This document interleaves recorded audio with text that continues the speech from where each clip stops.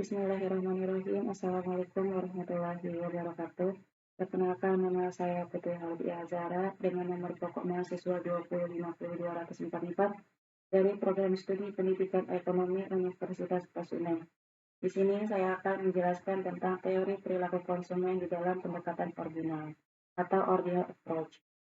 Pendekatan ordinal mengedepankan pendekatan kurva inferensi dalam menentukan tingkat kepuasan.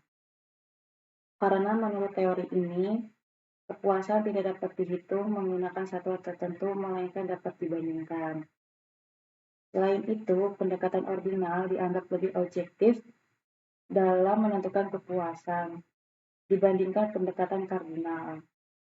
Konsumen dan berusaha untuk mendapatkan kepuasan yang sama pada barang-barang dan jasa yang dikonsumsi. Di dalam pendekatan ordinal, bahwa daya guna suatu barang tidak perlu diukur. Cukup untuk diketahui dan konsumen mampu membuat urutan tinggi rendahnya daya guna yang diperoleh dari mengkonsumsi sekelompok barang. Di dalam pendekatan ordinal, terdapat tokoh adalah yang pertama adalah J. Haig dan R.J. Allen. Pendekatan yang dipakai dalam ordinal adalah inference curve atau IC. Inference curve yaitu kurva yang menunjukkan kombinasi dua macam barang konsumsi yang memberikan tingkat kepuasan yang sama. Di dalam pendekatan ordinal memiliki asumsi.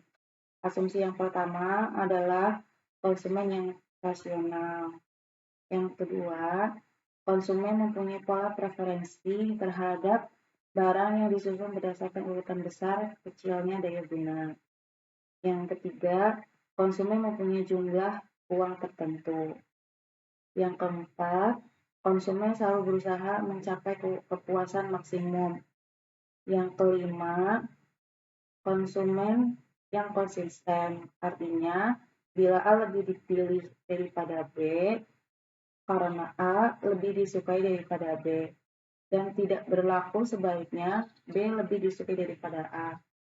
Yang keenam, berlaku hukum transitif. Artinya, bila A lebih disukai daripada B, dan B lebih disukai daripada C, maka A lebih disukai daripada C. Dasar pemikiran dari pendekatan ini adalah semakin banyak barang yang dikonsumsi, semakin memberikan kepuasan terhadap konsumen. Inference curve IC yaitu dalam pendekatan ordinal menganggap bahwa kegunaan atau utilitas tidak dapat dihitung. Utilitas hanya dapat dibandingkan seperti kita menilai kecantikan atau kepandaian. Pendekatan ordinal menggunakan kurva inference untuk menjelaskan pendekatannya. Nah, di sini ada inference curve merupakan kurva yang dapat menggambarkan kombinasi pilihan yang dapat dilakukan dari mengkonsumsi dua jenis barang. Kombinasi mengkonsumsi dua barang ini bisa menghasilkan tingkat kepuasan yang sama. Meskipun disebutkan dalam pendekatan ordinal bahwa kegunaan atau utilitas tidak dapat dihitung.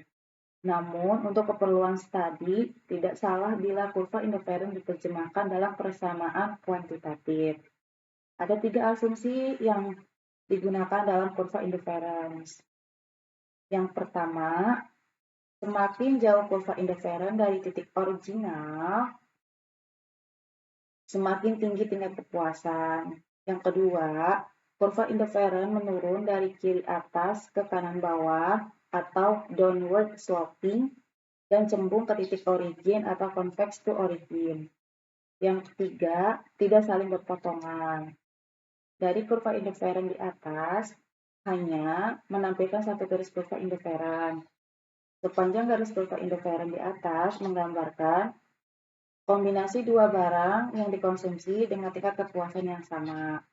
Apapun pilihan kombinasi yang dibuat, kepuasan yang didapat sama, yang berbeda hanya komposisi jumlah, misalkan jumlah bakso dan jumlah sate yang dimakan. Interference curve yang pertama adalah turun dari kiri atas ke kanan bawah. Implikasinya barang-barang harus terjadi trade-off atau saling meniadakan. Yang kedua, cembung ke arah titik origin disebabkan oleh adanya MRS atau marginal rate of substitution. Adalah kesediaan konsumen untuk melepaskan satu satuan barang X untuk mendapatkan satu satuan barang Y dengan tingkat kepuasan yang sama. Di sini terdapat rumus adalah MRS BA sama dengan MUA dibagi MUB sama dengan PA per PB. Yang ketiga, tidak saling berpotongan. Hal ini berlaku asas transitif di atas. Masing-masing kurva interferon menunjukkan tingkat kepuasan masing-masing. Yang keempat, kurva IC yang lebih disukai oleh konsumen rasional daripada kurva yang lebih rendah. Nah, di sini ada properti 1 merupakan IC turun dari kiri atas ke kanan bawah. Yang atas adalah quantity of X, yang sini adalah interference curve IC yang pertama, ada quantity of Y. Jadi ini dari atas turun ke bawah, mendekati titik 0. Nah, ini properti yang kedua, IC cembung ke arah titik origin. Quantity of X ada quantity of Y, dan titik di sini adalah titik 0. Nah, dari titik quantity of X ke quantity of Y merupakan cembung ke titik origin. Properti yang ketiga ialah interference curve tidak saling berpotongan. Seperti yang digambar, terdapat quantity of X dan ada quantity of Y. Terdapat titik 0 dan tidak saling berpotongan. Properti 4, terdapat kurva IC yang lebih tinggi, lebih disukai daripada kurva yang lebih rendah. Sama, ada quantity of X dan ada quantity of Y. Terdapat titik 0 di sini. Ada interference curve IC yang pertama, ada IC yang kedua.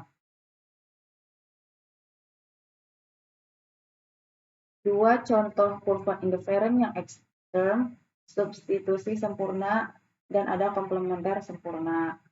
Substitusi sempurna adalah dua barang dengan kurva interference berbentuk garis lurus tersebut perfect substitusi. Tingkat substitusi marginal atau MRS adalah konstan. Karenanya kurva IC berbentuk garis lurus. Nah, di sini terdapat kurva yang menunjukkan substitusi sempurna. Terdapat uang perak dan uang sen. Yang kedua adalah perfect complements. Dua barang dengan kurva interference berbentuk sudut siku-siku. Di sini terdapat ada kurva-kurva yang menunjukkan perfect complements. Yang di dalam kurva ini ada sepatu kiri, yang di bawah adalah sepatu kanan. Ada IC yang pertama dan ada IC yang kedua. Untuk IC yang pertama ialah sepatu kiri menunjukkan 7 di titik 7 dan titik 5 dan titik 7. Selanjutnya adalah slope interference curve atau IC. Slope atau kemiringan IC dapat diturunkan dari fungsi utilitasnya. Apabila U sama dengan F dikali X Y, maka slope interference curve dapat diperoleh sebagai berikut. Turunan totalnya menjadi DU pangkat 0 sama dengan DX dikali DU dibagi DX ditambah DY dikali DU per DY. Sehingga dapat disederhanakan menjadi DU pangkat 0 sama dengan DX MUX ditambah DY dikali MUY. Slope interference curve atau IC terdapat syarat. Nah, untuk syaratnya yaitu DU0 sama dengan harus 0. Maka negatif DY per DX sama dengan MUX per MUY. Jadi, yang merupakan slope dari IC adalah MUX per MUY. Analisis slope dari IC ini sangat penting karena menunjukkan bagaimana suatu barang bisa digantikan atau substitusi dengan barang lain sementara kepuasan tetap dijaga konstan. Marginal rate of substitution atau MRS. Slope indifference curve ini dikenal dengan istilah MRS atau marginal rate of substitution. Marginal rate of substitution yaitu tingkat di mana barang X bisa disubstitusikan dengan barang Y, sementara kepuasan tetap konstan di sepanjang kurva indifference curve.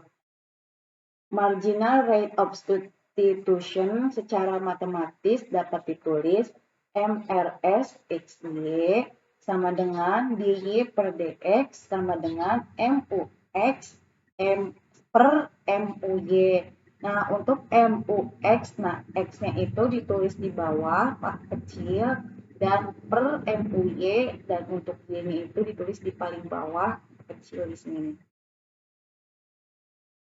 Marginal rate of substitution dengan persamaan di atas, marginal rate of substitution akan sama dengan 0 apabila marginal utility sama dengan 0. Misalnya, MRS YX sama dengan 2. Berarti untuk menambahkan 1 unit barang X mengorbankan 2 unit barang Y. Nilai MRS makin lama makin kecil. Batasan anggaran atau the budget constraint. Batasan anggaran mengacu pada batasan yang dikenakan pada pilihan rumah tangga berdasarkan pendapatan, kekayaan, dan harga produk. Setelah pilihan atau set kesempatan adalah set pilihan yang ditentukan oleh batasan anggaran. Batasan anggaran memisahkan kombinasi barang dan jasa yang tersedia dengan pendapatan. Nah, di sini terdapat tabel choose set or opportunity set. Biaya real suatu barang atau jasa adalah biaya peluangnya dan biaya peluang ditentukan oleh harga relatif. Batasan anggaran apabila pendapatan konsumen dialokasikan membeli dua jenis barang, misalkan X dan Y, maka persamaan pendapatan konsumen dapat ditulis I sama dengan X dikali PX ditambah Y dikali PY. Di mana I itu pendapatan konsumen dan X di sini adalah jumlah barang X yang dibeli dikali PX. PX-nya itu harga barang X ditambah Y. Nah, Y-nya itu jumlah barang Y yang dibeli dikali PY. PY-nya itu harga barang Y. Garis anggaran atau budget line menunjukkan jumlah maksimum dua jenis barang, misalkan X dan Y, yang dapat dibeli dengan sejumlah pendapatan tertentu. Kita dapat menurunkan budget line dari persamaan pendapatan seperti berikut ini. Yang terdapat I sama dengan X dikali PX ditambah Y dikali PY. Maka I dikurangi X dikali PX sama dengan Y dikali PY. I per PY dikurangi X dikali PX per PY sama dengan Y. Maka budget lainnya adalah Y sama dengan 1 per PY dikurangi PX per PY dikali X. Garis anggaran atau budget line di dalam BL. Keterbatasan pendapatan konsumen digambarkan dengan budget line. Budget line adalah garis yang menunjukkan berbagai kombinasi dari dua macam barang yang berbeda yang dapat dibeli oleh konsumen dengan pendapatan tertentu. The budget line atau BL, di sini terdapat kurva yang pertama adalah good Y, yang di sini adalah good X. Maka rumusnya adalah Y sama dengan I per PY dikurangi PX per PY dikali X. intercept Y dari budget line menunjukkan sejumlah barang Y yang dapat dibeli ketika semua pendapatan dibelanjakan untuk Y. Nah, untuk intercept Y, rumusnya adalah I per PY. Slope dari persamaan budget line adalah rasio dari harga tersebut, maka rumusnya adalah min PX per PY. Perubahan harga pendapatan. Perubahan pada harga akan menyebabkan perubahan pada budget line. Perubahan pada harga akan menyebabkan budget line berputar. Jika harga X naik, maka budget line akan berputar searah jarum jam. Jika X turun, maka budget line akan berputar berlawanan dengan jarum jam. Di sini terdapat kurva perubahan pada harga akan menyebabkan budget line berputar. Di sini kasus PX naik, dan ini untuk kasus PX turun. Perubahan harga dan pendapatan. Perubahan pada pendapatan akan menyebabkan perubahan pada budget line. Perubahan pada pendapatan akan menyebabkan budget line bergeser. Yang pertama, jika pendapatan semakin kecil, budget line akan bergeser ke kiri. Yang kedua, jika pendapatan semakin besar, budget line akan bergeser ke kanan. Perubahan pada pendapatan akan menyebabkan budget line bergeser. Di sini terdapat kurva menunjukkan perubahan pada pendapatan akan menyebabkan budget line bergeser. Ketika pendapatan naik, si garis yang di tengah akan bergeser. Nah, di sini ketika pendapatan turun akan bergeser ke titik nol. Keseimbangan konsumen. Keseimbangan konsumen akan digambarkan dengan persinggungan antara budget line dan interference curve. Persinggungan antara budget line dan interference curve ini akan menggambarkan kombinasi barang yang diinginkan konsumen. Berarti dicapai kepuasan maksimum. Pada titik keseimbangan itu berlaku slope budget line sama dengan slope interference curve. Terdapat rumus yang pertama ialah MUX, X-nya ditulis kecil di bawah, per MUY, Y-nya ditulis kecil di paling bawah, sama dengan PX per PY, atau rumusnya adalah MUX per PX sama dengan MUY per PY. The consumer optimum. Di sini terdapat kurva. Yang pertama di atas adalah ada quantity of Y, yang di bawah adalah quantity of X. Untuk kurva budget line, maka jika titik garis seperti ini, maka sudah tercapai optimum. Pendekatan matematis. Jika fungsi utilitas U sama dengan F X Y dan I sama dengan X dikali PX ditambah Y dikali PY. Ditanya kapan kepuasan maksimum tercapai, dapat dipakai rumusnya adalah MUX per MUY sama dengan PX per PY atau MUX per PX sama dengan MUY per PY. Pendekatan matematis lain itu dapat dipakai Lagrange equation. M sama dengan U sama dengan F XY ditambah R dikali I dikurangi X dikali PX dikali Y dikali PY.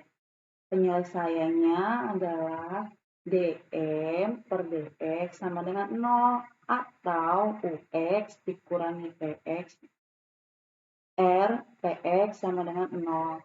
DM per DY sama dengan 0 atau UX dikurangi R dikali PY sama dengan 0. DM, D-nya kecil, M-nya gede, per DI sama dengan 0 atau I dikurangi X dikali PX dikurangi Y dikali PY sama dengan 0.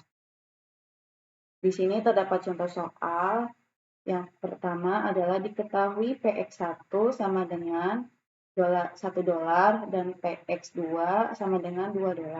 Pendapatan konsumen sebanyak $15 apabila konsumen punya utilitas U sama dengan X pangkat 2 ditambah X pangkat 2. Kapan kepuasan konsumen tercapai? Maka diperoleh M sama dengan X1 pangkat 2 ditambah X2 pangkat 2 ditambah R sama dengan dikali 15 dikurangi X1 dikurangi 2X2. Kemudian dicari turunan parsialnya sebagai berikut. DM per DX1 sama dengan 2X1 dikurangi S sama dengan 0. DM per DX2 sama dengan 2X2 dikurangi 2S sama dengan 0. Yang atas dikali 2, yang bawah dikali 1, maka menghasilkan 4X 1 dikurangi 2S sama dengan 0, 2X2 dikurangi 2S sama dengan 0, dikurangi hasilnya adalah 4X1 dikurangi 2X2 sama dengan 0, maka X2 sama dengan 2X1. Contoh soal yang selanjutnya adalah, penyelesaian yang selanjutnya adalah DM per DI sama dengan 15 dikurangi X1 dikurangi 2X2 sama dengan 0. 15 dikurangi X1 dikurangi 2 dikali 2X1 sama dengan 0. 15 dikurangi 5X1 sama dengan 0. Maka X1 sama dengan 3. 3 di sini hasil dari pembagian 15 dibagi 5. X2 sama dengan 2X1 sama dengan 2 dikali 3 adalah 6. 3-nya di sini adalah hasil dari 3 ini. Jadi, konsumen membelanjakan pendapatannya untuk barang X1 sebanyak 3 unit dan X2 sebanyak 6 unit dan akan mencapai kepuasan tertinggi sebesar 45. Kritik terhadap pendekatan ordinal. Yang pertama, adanya asumsi convexity dari inference proof masih diragukan. Yang kedua, tidak menganalisis efek adanya advertising, perilaku masa lampau atau past behavior, persediaan perilaku konsumsi irasional yang nantinya akan menambah efek demonstrasi atau demonstrasi efek, dan lain sebagainya, padahal efek yang ditimbulkan permasalahan yang irasional ini sangat penting bagi para pembuat keputusan. Misalnya, dalam penentuan harga dan output dari produsen. Yang ketiga ialah rationality dari konsumen dalam membuat ranking atau order dari kepuasan atau daya guna yang diperoleh juga masih dipertanyakan. Yang keempat merupakan pengembangan dari teori perilaku konsumen, pendekatan kardinal dengan mengganti asumsi yang sangat lemah seperti ukuran kardinal menjadi ordinal, dan dikeluarkan asumsi constant marginal utility of money. Didapat unggulan pendekatan ordinal. Yang pertama ialah merupakan framework dari teori surplus konsumen atau consumer surplus yang merupakan salah satu alat ukuran yang penting dalam teori kesejahteraan ekonomi. Yang kedua, dapat menentukan apakah hubungan dua macam barang itu substitusi atau komplement, yang dapat dilihat dari elastisitas harga, silang, atau cross elasticity. Sekian dari saya, mohon maaf bila ada kesalahan. Wassalamualaikum warahmatullahi wabarakatuh.